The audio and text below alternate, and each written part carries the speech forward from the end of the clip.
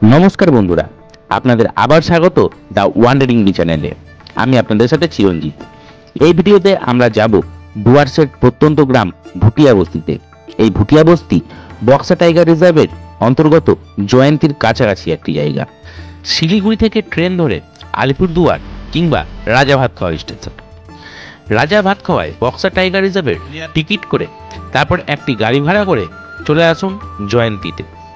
Ticket হারিয়ে ফেলবেন না, এটি সবসময় সব জায়গায় কাজে লাগবে।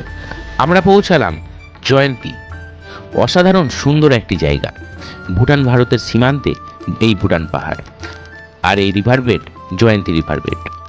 বক্সা টাইগার রিজার্ভ মানেই বাঘের জঙ্গল।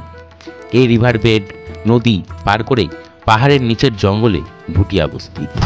বন্ধুরা, আমরা যাচ্ছি এবার জয়ন্তী থেকে ভুটিয়া বস্তি। এই সঙ্গে থাকুন, এই রাস্তার মজা নেন। জয়ন্তী থেকে ভুটিয়া বস্তি 2 থেকে 3 কিলোমিটার। আপনারা চাইলে হেঁটেও যেতে পারেন, কিন্তু আমাদের সাথে অনেক ব্যাগপত্র থাকায় আমরা একটা গাড়ি ভাড়া করলাম। রিভার বেড পেরিয়ে, নদী পেরিয়ে, জঙ্গলের পথ ধরে আমরা চললাম আমাদের গন্তব্যে। যারা ভাবছেন জয়ন্তীতে থাকবেন তাদের বলবো ভুটিয়া বস্তিতে থাকুন, বিশেষত যারা নেচারকে আরও কাছাকাছি দেখতে চান।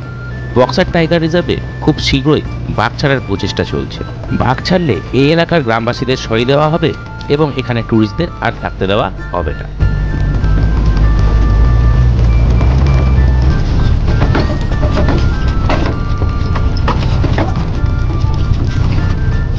কোথায় যাচ্ছেন? আমার আছে ভুটিয়া বস্তি। আপনি কোথায় যাচ্ছেন? ভুটিয়া বস্তি। রাস্তা তো কঠিন নাকি? কঠিন মানে সত্যিকারে যাকে বলে কঠিন। তার আসলে চাবি আছে, কিন্তু এটাই তো মজা।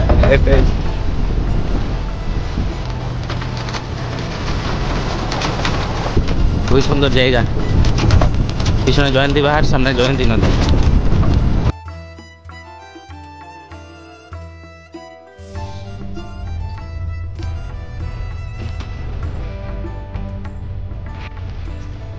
আমরা এসে পৌঁছালাম আমাদের হোমস্টেতে। এই হচ্ছে আমাদের হোমস্টে। কাঠের সিঁড়ি বেয়ে উপরে 3টি থাকার ঘর আর নিচে খাওয়া দাওয়ার ব্যবস্থা। কেমন লাগছে আপনার এখানে এসে? আপনার এই মাত্র পৌঁছালে, কোনো চেক ইন হয়নি আমাদের, পরিষ্কার হয়েছে। আমার রুমটাও দেখাবো। বন্ধুরা, খুব সুন্দর হোমস্টে।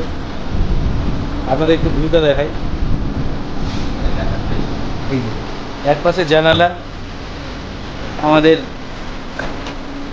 ভুটান পাহাড়, আর একদিকে জানালাটা দেখায়। এই যে এই পাশে জয়ন্তী নদী, এক পাশে নদী আর এই পাশে পাহাড়। ঘরে কিছু সময় বিশ্রাম নিয়ে আমরা বেরিয়ে পড়লাম নদীর দিকে।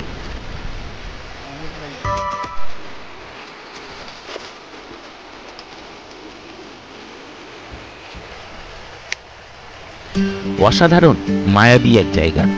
এই মায়ায় কিভাবে সারাদিন কেটে গেল বুঝতে পারলাম না। এই নদীতে সবসময় এরকম জল থাকে না, হয় একেবারে শুকিয়ে যায়, না হয় জলস্রোতে ভাসিয়ে নিয়ে যায়। তাই ভর দুপুরে এই জলের সদ্ব্যবহার করতে কিভাবে ছাড়া যায়। গলা জলে শুয়ে শুয়ে আপনারা দেখতে পাবেন রং বেরঙের প্রজাপতির খেলা, জঙ্গলি পাহাড়, মাথার উপরে সবুজ পাতা আর নীল আকাশ।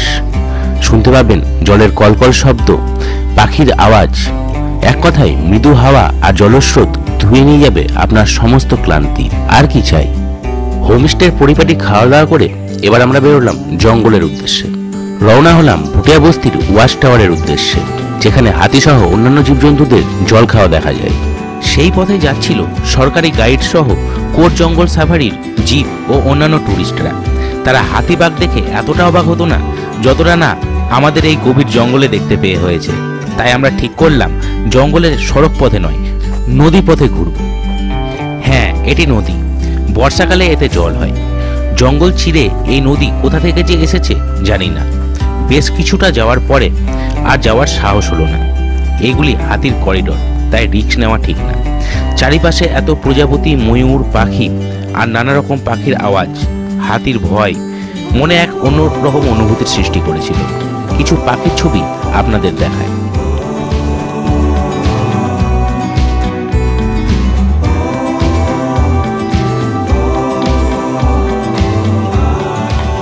নদী দেখলাম, জঙ্গল দেখলাম, এবার আপনাদের ঘুরে দেখায় ভুটিয়া বস্তি গ্রামটা। ভুটিয়া বস্তির প্রতিটা হোমস্টের সামনে এবং বাড়ির সামনে ফুল গাছের এত ফুল দেখলে মনে অন্যরকম আনন্দ জাগে। কিছু ফুলের ছবি আপনাদের দেখায়।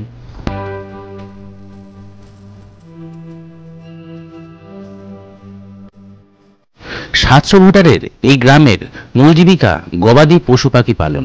তাই বক্সা টাইগার রিজার্ভের ট্যুরিজম এদের অন্য প্রধান জীবিকা।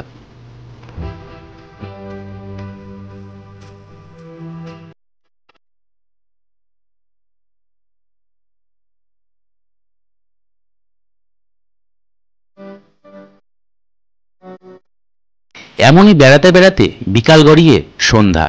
নদীতে তখন সোনা মিশেছে, চোখ ধাঁধানো আলোয় হঠাৎ অন্ধকার। তারপর হোমস্টেতে সন্ধ্যা 6টার পর হোমস্টে থেকে বেরোনো বারণ। মৃদু আলোয় হোমস্টের ব্যালকনি আর রাতের জঙ্গলের আওয়াজ মন্দ না। দেখা হচ্ছে অন্য কোনো ভিডিওতে। ভালো থাকবেন, সুস্থ থাকবেন।